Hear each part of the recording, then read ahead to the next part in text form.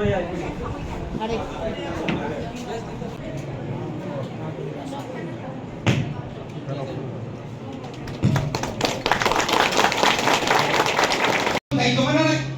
দাবি করলে হবে না, চাকমা ভাষাতে পড়াতে হবে, সুযোগ দিতে হবে বললে হবে না, লেখকরা থাকতে হবে। করলে হবে না, রাইটাররা থাকতে হবে। এই জন্য আমি সমস্ত লুসাই, কাইপে, মৌসুম, মগ, চাকমা সমস্ত যারা বুদ্ধিজীবী তাদেরকে ডেকে আমি একটা মিটিং করেছিলাম যে এই ভাষাকে আপনারা আরো বেশি বেশি করে কিভাবে ভাষা উন্নয়ন করা যায়। কথাই বললে চলবে না, ভাষা উন্নয়ন করতে হবে। 1 to ইউনিভার্সিটি পর্যন্ত বড় ভাষায় শিক্ষাদান দিতে গেলে আমাদেরকে ওই ভাষার জ্ঞান থাকতে হবে। নাই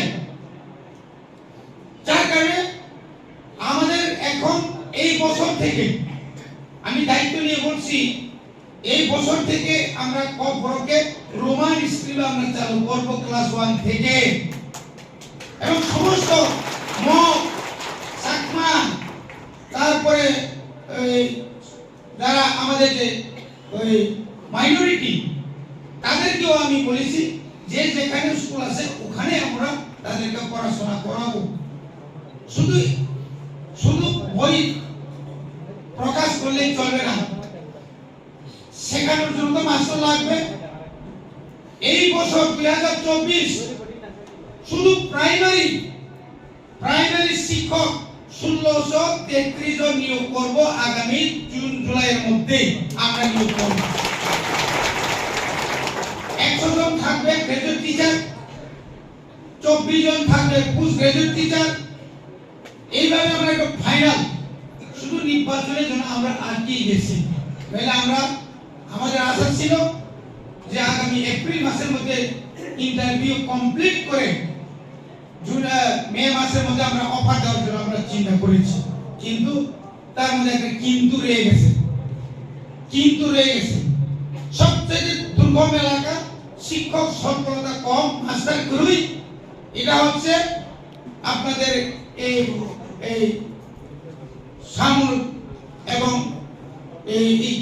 কি বলে ধলাই ডিস্ট্রিক্ট, ধলাই, নর্থ, ঊনকোটি, তারপরে আপনার এদিকে গোমতী, ওই সমস্ত এলাকা থেকে শিক্ষক নিয়োগ করতে গেলে মাস্টার চাকরি তো আমরা থাকার গাই 12 পাস ডিএলএড থেকে তো না নাই, ডিএলএড তো থাকতেই হবে, বিএড থাকতে হবে। যদি না থাকে আমাদের ইচ্ছা আছে, আমি চাই পুনরায় রোজা পাড়া স্কুলের শিক্ষক পুনরায় রোজা পাড়াই হোক, কিন্তু সেরকম এলিজিবল ক্যান্ডিডেটও থাকা দরকার। আমি চাই রাজনগর এলাকায়, দুর্গম এলাকায় এখানে যে 5 জন শিক্ষক যদি আমি নিয়োগ করতে পারি, এখানে আমার যতগুলো স্কুল আছে, যতগুলো না কয়েকটা স্কুল আমি এটা করতে পারবো। কিন্তু বিএড ডিএলএড আসেনি। এই জন্যই আমি গত কয়েকদিন আগে যখন ঐতিহাসিক চুক্তির পরে আমি মহারাজকে আমি বলেছি, মহারাজ যে জায়গাতে আমরা হাঙ্গার স্ট্রাইক করেছি, আমার অনশন আপনি করেছেন, ওই জায়গাতে ত্রিপ্রাসাদের জন্য, অর্থাৎ জনজাতিদের জন্য একটি মহাবিদ্যালয়, কিসের বিএড ডিএলএড, মানে আমাদের ছেলে মেয়েরা যেন মানে বিনা খরচায় যারা পড়াশোনা করতে পারে, এই ব্যবস্থা আমরা করবই করব। এটা আমরা দাবি রেখেছি।